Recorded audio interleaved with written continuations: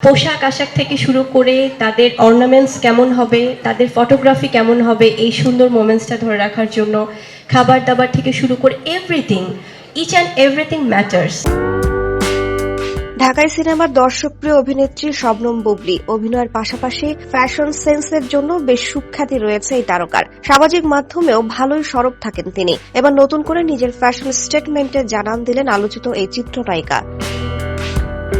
সম্প্রতি সামাজিক মাধ্যমে একাধিক ছবি শেয়ার করে ভক্তদের নজর কেড়েছেন অভিনেত্রী। সেই পোস্টে নিজেকে লাল পোশাকে নান্দনিক রূপে মেলে ধরেন তিনি। পোস্টের ক্যাপশনে বুবলী লিখেছেন, লাল শুধু একটি রং নয়, এটি একটি অ্যাটিটিউড, এটি একটি গল্প, এটি একটি শিল্প যা সবাই বোঝে না।